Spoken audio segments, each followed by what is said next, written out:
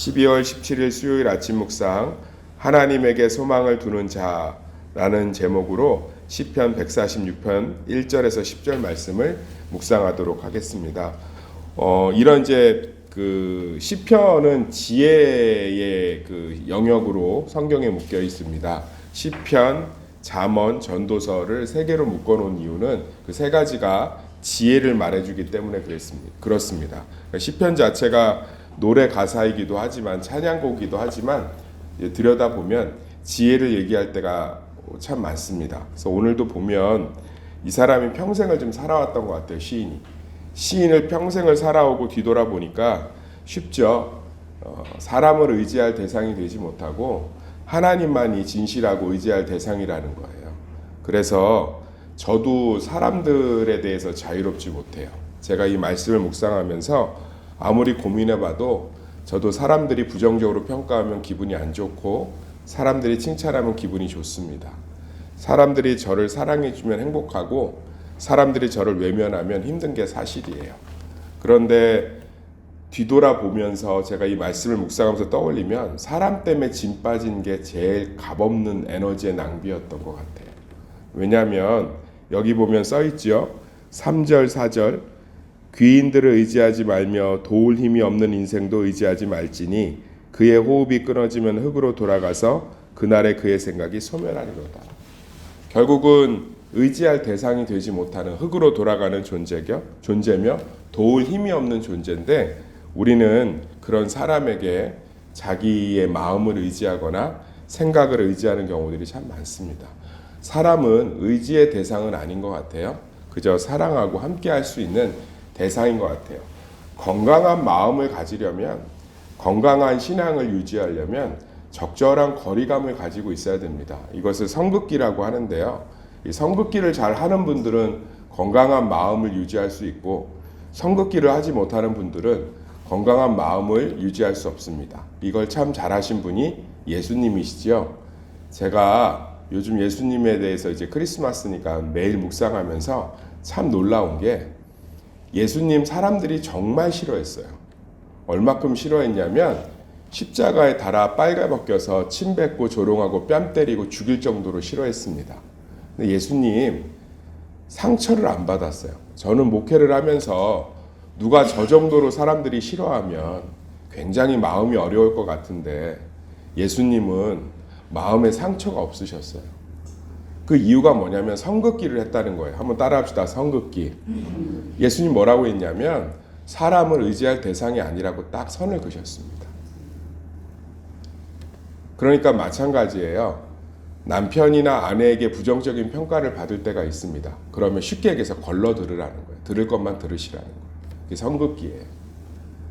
자녀들의 자존도는 부모의 입술에 많이 달려 있습니다. 우리 자녀가 자존도가 낮으면 내가 무슨 말들을 쏟아냈는지 회개하셔야 돼요. 그런데 부모의 마음을 바꾸기가 쉽지가 않아요. 제가 상담을 해보면 평생을 살아왔고 그러한 관점으로 바라보는 부모의 입술을 바꿀 수가 없어요. 저는 죄송하지만 우리가 함께 나이를 먹어가면서 부드러운 마음과 부드러운 귀를 갖는 게 은혜인 줄 믿습니다. 근데 그게 잘 안 바뀌어요. 그래서 제가 청년들 상담하면 자존도가 무척 낮은 친구들에게 하는 말이 있어요. 항상 성극기를 해야 된다. 적절한 경계선을 갖고 있어야 된다. 부모님의 이야기를 너에 대한 평가로 100% 받아들이지 말고 속상해서 저러는구나. 화가 나서 저러는구나. 또 어떤 면들이 염려되니까 그러는구나. 라면서 선긋기를 해야 된다는 거예요. 선긋기를. 너 왜 이것도 못하냐 저것도 못하냐 하면 그걸 선긋기를 못하면 다 자기에 대한 평가로 받아들여요. 그래서 굉장히 위축됩니다. 단순히 부모와 자식 관계를 떠나서요. 자식들이나 남편들 또는 아내들 또는 선생님, 직장 상사, 교회 안에서도 마찬가지죠. 적절한 선긋기를 해야 돼요. 시편이 되게 지혜로운 게 선을 딱 거주잖아요. 귀인들을 의지하지 말며 도울 힘이 없는 인생도 의지하지 말래잖아요. 왜냐하면 그의 호흡이 끊어지면 흙으로 돌아가서 그날에 그의 생각이 소멸하는 그런 사람을 의지해서 뭐하냐고 선을 딱 거주잖아요. 그러면서 우리가 선 없이 모든 평가를 있는 그대로 받아들일 수 있는 것은 야곱의 하나님 5절 같이 읽어볼까요? 시작. 야곱의 하나님을 자기의 도움으로 삼으며 여호와 자기 하나님에게 자기의 소망을 두는 자는 복이 있도다. 하나님만큼은 선을 긋지 않고 우리가 있는 모습 그대로 그분과 교제할 수 있는 유일한 대상인 줄 믿습니다. 자, 정리해 드릴게요. 남편을 오랫동안 이렇게 투병 생활을 해서 병간호를 하면서 자기 마음과 삶을 잘 지키는 분이 있고, 또 가족들을 투병하면서 본인이 많이 무너지는 분들이 있습니다.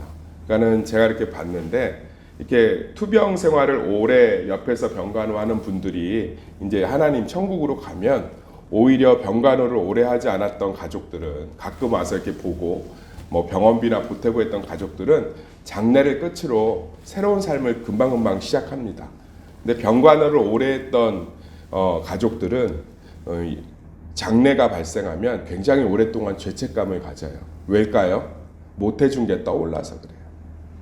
병간호를 직접 안 한 사람들은 뭐 잘해주고 못해주고 없는데, 병간호를 옆에서 오래 하면 서운함도 생기고 지침도 생기고, 그러다 보니까 내가 참 더 잘해줄 걸, 더 사랑해줄 걸, 그런 마음들이 남아서 오히려 병간호가 끝났으니까 자유할 것 같은데 그러지 못한 경우가 있습니다. 그것도 선긋기를 못한 거예요. 사람은 병간호를 오래 하면 지칠 수밖에 없습니다. 그리고 병상에 오래 누워 있으면 예민해질 수밖에 없어요. 그러면 좀 예민해졌구나, 힘들구나라고 선긋기를 해야 내 마음을 지킬 수 있거든요. 근데 그걸 못하면 매번 사람을 의지하고 사람에게 휘둘리고 사람에게 넘어져서 오늘 시편 146편 말씀처럼 쓸데없는 것에 에너지를 낭비하고, 오늘 7절부터 9절까지 억눌린 사람들을 위해서 심판하시고 줄인 자들에게 먹을 것을 주시고 맹인들의 눈을 여시고 갇힌 자들에게 자유를 주시고 비굴한 자들을 일으키시는 하나님과 동행하는 것에 삶을 쏟을 수가 없어요. 오늘 시인이 순서를 통해서 얘기하고 있습니다. 제일 먼저 어떠라는 거예요? 사람이 의지할 만한 대상이 되지 못한다는 선을 그으라는 거예요. 그리고 여호와 하나님은 영원한 나의 의지할 대상이 되심을 확인하라는 거예요. 이것을 통해서 사람으로부터 마음을 지키시기를 소망합니다. 다시 한번 말씀드릴게요. 예수님의 방법으로 돌아가야 돼요. 스님들도 신부님들도 종교 지도자들도 똑같은 얘기예요. 마음을 지켜야 된다. 사람 헛된 것이고 먼지로 돌아간다. 근데 기독교가 다른 건 예수 그리스도가 사신 길이 있기 때문에 우리는 할 수 있는 길이 있는 거예요. 제가 유튜브를 보다가 어떤 여자 스님이 나와서 이렇게 미련을 버리는 법에 대해서 쭉 이제 설명을 하더라고요. 아주 재밌게 들었어요. 만약 그분이 스님이 아니시면 목사라고 해도 믿을 만큼 아주 보편적인 얘기를 했어요. 사람이 속세의 미련을 어떻게 떠나보내는 건지. 그런데 제가 그걸 다 듣고 나서 뭘 깨달았냐면 저게 안 돼요. 되면 다 미련 없이 전쟁도 없고 아무것도 없겠죠. 그런데 강단에서 사람 마음 휘둘리지 마세요 하면 여기서 순간적으로 그렇지, 사람 마음 휘둘리면 안 되지라고 가면, 그런데 누가 나한테 눈빛 하나, 입술 하나, 행동 하나 다 신경 쓰여요. 그런데 예수님이 하신 길이 있어서 우리는 그게 가능해진 줄 믿습니다. 예수님이 선을 그으셨다. 예수님이 인간관계를 참 잘했어요. 그분이 못하시는 게 뭐가 있겠어. 하나님이신데. 가난한 자들도 선대하시고 부한자들대로 선대하시고, 예수님 귀족들하고도 식사하셨고요. 창녀들하고 밥 먹었어요. 예수님 가난할 땐 가난하셨고 부할 땐 부하신 줄 믿습니다. 참 진실하셨고요. 정직하셨고 따뜻하셨어요. 어린아이들을 내쫓을 때 그를 안아주셨고요. 소외되고 어려운 이웃들의 손을 잡아줬어요. 회당장에게 불순한 마음을 갖지 않고 회당장에게 딸이 아플 때 그 집에 직접 가서 기분 나쁘지 않게 그를 치유하시고 살리시기도 하셨습니다. 그런데 사람들이 다 싫어했어요. 예수님이 뭘 잘못했는데 사람들이 싫어했을까요? 그냥 사람은 누구를 싫어해요. 그 선을 그으세요. 제발 자녀의 평가에, 남편의 평가에, 아내의 평가에, 지인들의 평가에, 친구들의 평가에 선을 좀 그으세요. 사람이라는 선을 그으세요. 사람이라. 그래야 하나님을 의지할 수 있는 공간이 생깁니다. 아멘. 아유, 이놈의 사위는 연락 한 번도 없네. 냅두세요. 사람이잖아. 사람이라. 머리 검은 짐승은 거두는 게 아니었어. 뭘 기대하고 거두셨어요? 사람이잖아. 선을 딱 거주면 하나님이 그 공간으로 싹 밀고 들어오는 줄 믿습니다. 저도 마찬가지예요. 선을 잘 긋습니다. 여기 이상으로 서로 갈 수 없어요. 이 정도에서 더 친해지면 오히려 서로 힘들어져. 선을 싹 그을 때가 있습니다. 좋은 선이지요. 상대도 지켜주고 저도 지키고. 사랑하는 성도님들, 학교에서 선생님이 전화가 올 때도 있죠. 아이에 대해서 부정적인 말들을 막 쏟아낼 때가 있습니다. 과외 선생님이 연락이 와서 아이에 대한 부분들을 부정적으로 쏟아낼 때가 있어요.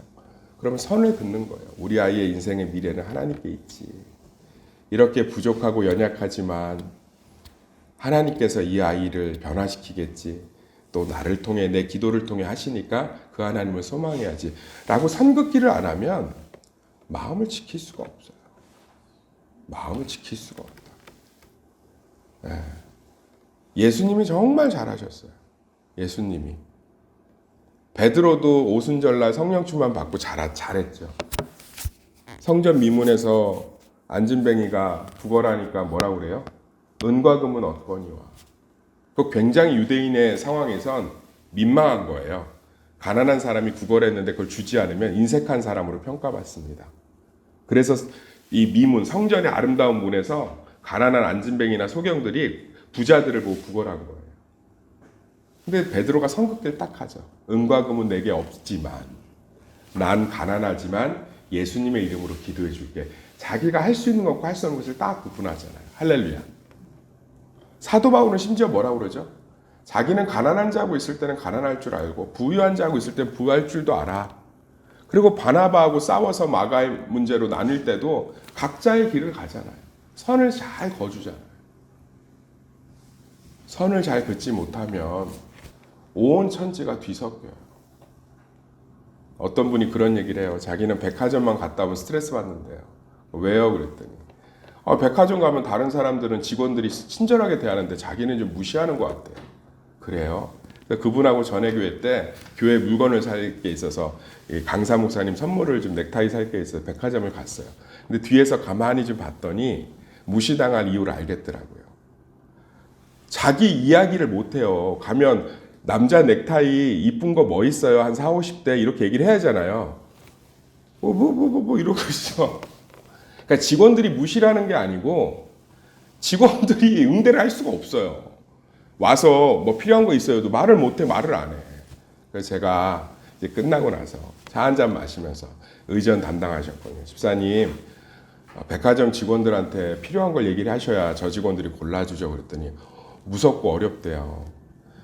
집사님 돈 쓰고 집사님이 갑이에요. 고객이잖아요.